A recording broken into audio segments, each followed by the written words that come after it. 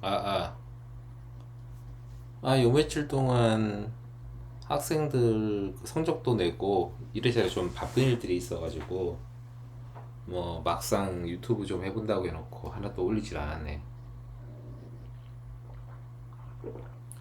그리고 지금 또 3차 접종을 받아서 약간 상태도 메롱한 상태고요, 보면. 어쨌든 간에 또 한번 오늘 마음이 내킨 마당에 한번 올려보도록 하겠습니다. 오늘 올릴 내용은 역시 배터리와 배터리 전기차 얘기를 했을 때 가장 핫하게 이야기가 나오는 주제가 전고체 전지죠. 그래서 오늘도 그 매일경제신문의 김우영 기자님한테 전화가 와서 그분한테 이런저런 얘기를 좀 설명을 드렸어요. 현재 뭐 많은 기자님들이나 또는 많은 매체들에 종사하시는 분들이 봤을 때 그 여기저기서 하도 전고체 얘기를 하니까 전고체 전지에 대한 막연한 어떤 환상이 있거든요. 보면 환상이 있는데 전고체 전지를 꿈의 전지라고 이야기하는 사람들 자체가 사실 몰라서 그러거나 사기꾼이라고 보면 돼요. 그래도 뭐 되는 거 아니냐 그런 사람들도 있는데 처음부터 차근차근 에너지 밀도부터 시작을 해서 어떻게 전지의 활성이 발현이 되는가, 용량이 발현이 되는가, 그리고 극판 내에서 활물질, 도전제, 전해질 등등이 어떻게 작동을 하는가를 차근차근 체계적으로 따져보면은 그게 아니라는 게 보이는데 이게 바로 와닿지가 않아요. 현재 지금 오늘 그 김우영 기자님이 전화가 왔을 때 김우영 기자님한테도 얘기를 좀 해준 게 내가 반복적으로 기자님들한테 계속 설명을 해주고 있는 게 있는데 일단 언제죠?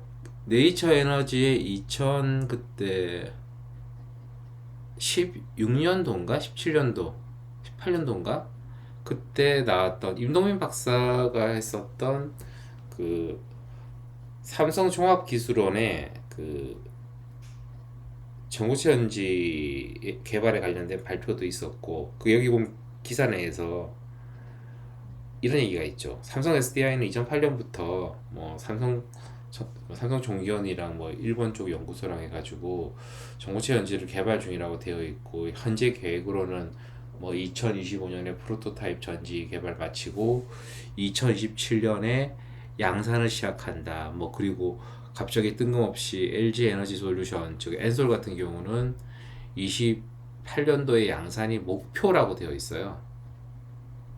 근데 정오체 전지 얘기를 할 때 용량 크고 안전한데 그래서 꿈의 전지라고 부르는 거는 그냥 아니라고 보면 돼요. 아직 그 이야기를 달성시켜주고 그 이야기를 구현할 수 있도록 하는 새로운 기술은 나온 게 없어요. 그래서 전고체 전지, 꿈의 전지라는 말을 쓰는 사람은 바보이거나 사기꾼 둘 중에 하나입니다. 뭐 일단 기자님이 오늘 방향을 잡은 게 이 방향으로 잡았기 때문에 일단 뭐 이렇게들 얘기를 한다라고 얘기를 하신 거예요 그냥. 그래도 그건 말이 안 되고 그 부분에 대해서는 조만간에 제가 여기저기 소위 그 전문가들 대상으로 강의할 때 쓰는 장표가 있는데 슬라이드가 있는데 그 슬라이드 가지고 한번 기회가 되면은 왜 안 되는지 설명을 해 드릴게요. 어쨌든 뭐 고체연해질이 황화물이든 산화물이든 고분자든 여러 가지가 있는데 내가 여기저기 기자 분들이나 또는 뭐 유튜브나 방송에 나가서 얘기를 할 때 원래 전고체 전지는 갑자기 2010년대 이후에 갑자기 이야기가 나온 게 아니라 이미 리튬 이온 2차 전지가 개발이 되던 그 시절에 리튬 금속에 1차 전지를 가지고 2차 전지를 만들려고 했을 때 안전성 문제를 극복하는 방향으로서 일본 쪽에서는 아예 리튬 금속이 없는 2차 전지를 만들자 한 게 바로 리튬 이온 2차 전지, 소니에서 발명한 리튬 이온 2차 전지가 되는 거고, 주로 그 일본보다는 유럽이나 미국 쪽에서는 리튬 금속 1차 전지의 안전성 문제는 액체 전해질과 그 다음에 리튬 금속이 충방전이 반복될 때 발생하는 수지상 성장 때문이다 라는 식으로 가정을 하고 전제를 했어요. 그러면 전해질 자체를 고체로 만들면 되지 않겠냐고 해서 과거에 이미 1990년대뿐만 아니라 그 이전에도 그 고체 전해질에 대한 스터디들이 많았고 연구가 많았는데, 그때는 뭐 드라이 폴리머 같은 경우는 폴리에틸렌 옥사이드도 있었고, 그 다음에 드라이 폴리머가 아니라 이제는 웻 폴리머 쪽에서 뭐 폴리머 젤 타입 일렉트로드라든지 뭐 하이브리드 타입 일렉트로라이트라든지, 방금 전에 말을 하다가 일렉트로드하고 일렉트로라이트를 헷갈리게 말했죠. 그러니까 폴리머 젤 타입 일렉트로라이트나 그 다음에 뭐 하이브리드 일렉트로라이트라든지 그런 식의 아주 다양하고도 각자의 개성에 맞는 표현을 가지고 소위 전고체 전지 내지는 수도 전고체 전지, 요즘 같은 경우에 쓸 때 반고체 전지라고 부르는 형태들이 연구가 많이 됐었어요. 사실 그 와중에 나왔던 게 바로 리튬 이온 폴리머 2차 전지라고 할 수 있는 건데, 원래 리튬 이온 폴리머 2차 전지가 나오게 된 이유가 뭔가 하면은, 원래는 고체 전해질이 나오면 고체 전해질은 그 자체가 양극판과 극판 사이에 위치를 하게 되고, 그 자체가 전해질 역할을 하면서 한 가지 역할을 더 할 수 있다고 생각을 했거든요. 그게 뭔가 하면 분리막 역할을 할 수 있다는 거였어요. 그래서 사실 1990년대 후반 정도에 미국에서 그 타입으로 하나가 개발이 되어 나름대로 아주 핫하게 인기를 끌었던 타입이 하나 있었죠. 그 당시 이름으로 PL아이온이라고 부르던 형태의 그 리튬계 2차 전지인데, 이게 플라스틱 리튬 배터리라는 표현의 약자였어요. 뭐 더 정확히 얘기하면 플라스틱 리튬 아이온 배터리의 약자로서 PLI라고 쓰기도 하고 PL아이온이라고 쓰기도 했었는데, 이게 미국의 벨코어에서 원천 기술을 개발을 해가지고 그걸 가지고 자기들이 이제 한번 양산해 보겠다고 시도를 했었거든요. 그 당시에 이 벨코의 원천 기술을 근간으로 해가지고 자기들이 해보겠다고 했던 회사들이 캐나다 같은 경우에 그 밸런스 테크놀로지가 있었고, 그 다음에 밸런스 테크놀로지와 우리나라 한일 시멘트 그룹이 합자를 해가지고 한일 밸런스라는 회사를 만들었어요. 1990년대에 사람들이 그 당시에 어떤 일이 있었는지 모르니까, 뭐 우리나라에서 배터리 하면은 자꾸 삼성, LG, SK 뭐 이런 식으로 해서 대기업들만 생각을 많이 하는데, 우리나라가 1990년대를 딱 지나면서 그 전지 자체가 중소기업 육성 품목이 해제가 됐거든요. 그러면서 그냥 우리나라에 소위 껌 좀 씹는다고 하는 대기업들은 전부 전지한다고 달려들었어요.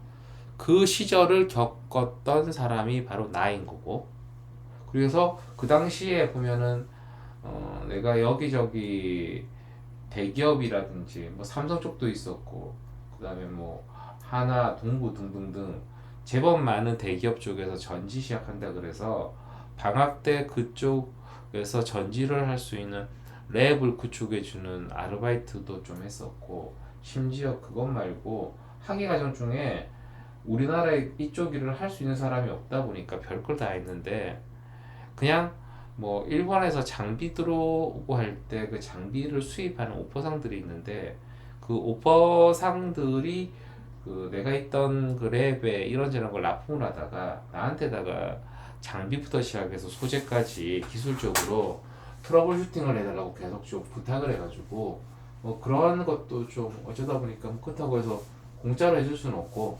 아르바이트로 해가지고 사실 생각보다 많은 대기업들이 그 당시 2차 전지를 시작할 때 그 내 손을 탄 곳들이 많고 그 다음에 뭐 연세대학교 모랩 같은 경우는 아예 그 랩에서 찾아와가지고 배워갔고 또 연대 말고도 그런 식으로 전지 시작한다고 와서 배워간 곳들이 90년대 초중반에 진짜 많았어요. 요즘은 다들 자기의 과거를 잊고 딴소리를 하고 있죠. 뭐 어쩌겠습니까? 사람들이 원래 그런데. 어쨌든 그 와중에 오늘 이 기자님도 그 이쪽을 이제 맡아서 새로 시작하니까 전고체 전지가 게임 체인저다 그리고 꿈의 전지다 하는 그 아주 레토릭한 표현을 한번 가지고 접근을 하고 또 그 접근을 할 때 항상 내가 얘기를 해주는 게 전고체 전지를 바라볼 때는 토요타를 바라봐라. 왜 그런가 하면은 토요타가 가장 앞섰기 때문에 토요타가 하지 못하면은 다른 회사들도 못할 거다.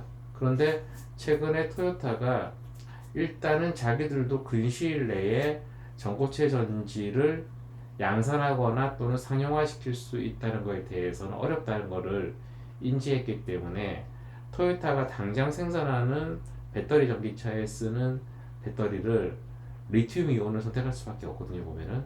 그럼 토요타 같은 경우는 원래 그 파나소닉이랑 하고 있는 합자사가 두 개가 있단 말이에요. 그 두 개 합자사를 근간으로 해가지고 토요타도 미국에다가 리튬이온 계열의 2차 전지 생산 기지를 지금 구축하겠다고 얘기를 하고 있고, 그럼 이제 향후 고체 전지를 쓰는 전고체 전지는 어떻게 할 것인가? 사실 안개 속에 들어간 거죠. 그래서 제가 얘기를 한 게 이거예요. 뭐 여느 때보다 상용화에 가까워진 건 사실이지만 브레이크 스루라고 할 수 있는 게 없다. 심지어 가장 앞서 있다고 할 수 있는 토요타조차도 가시적인 성과가 안 나온 상황이니까 거기다가 토요타를 추월해서 앞서가는 데가 없고 나름대로 전고체 전지 한다고 지금 주장하는 삼성전기원, 퀀텀스케이프, 그다음에 솔리드 파워 전부 다 1999년도에 미국의 오크리지 내셔널 랩에서 발표했던 에너드 프리 방식을 그대로 갖다 쓰고 있고 그거를 좀 더 개선한 형태를 쓰고 있거든요. 그거 플러스 90년대 후반과 2000년대 초반에는 전지의 코어셀이라고 부르는 것 자체가 젤리롤 타입밖에 사실 없었어요. 그런데 이제 전지 기술도 발전을 하면서 코어셀 스트럭처가 그 젤리롤과 프레스드 젤리롤 다음에 뭐 이제 뭐 폴딩이나 스태킹 계열의 그 코어셀 구조들이 개발이 되고 그 중에서 사실 최근에 가장 각광을 받고 있는 그 폴딩 혹은 스태킹 타입은 제트 폴딩 타입이죠. 뭐 회사에 따라 가지고 이름을 지을 때 자기들 편하게 제트 폴딩 혹은 제트 스태킹 마음대로 붙이고 있는데 그럼 제트 폴딩이란 기술이 아주 최신 기술이냐? 그게 아니고요. 제가 얼마 전에 옛날 제 서류를 정리하다가 2001년도에 산자부에다가 우리나라 전지산업 현황을 그 간략하게 써서 그 리포트 해준 게 있더라고. 거기 보다 보니까 모 회사의 기술을 얘기할 때 제가 그때도 제트폴딩 이야기를 해놨어요. 그 회사는 제트폴딩을 하고 있다라고. 그 회사가 어딘지 뭐 딱히 지금 여기서 밝히진 않을 건데 어쨌든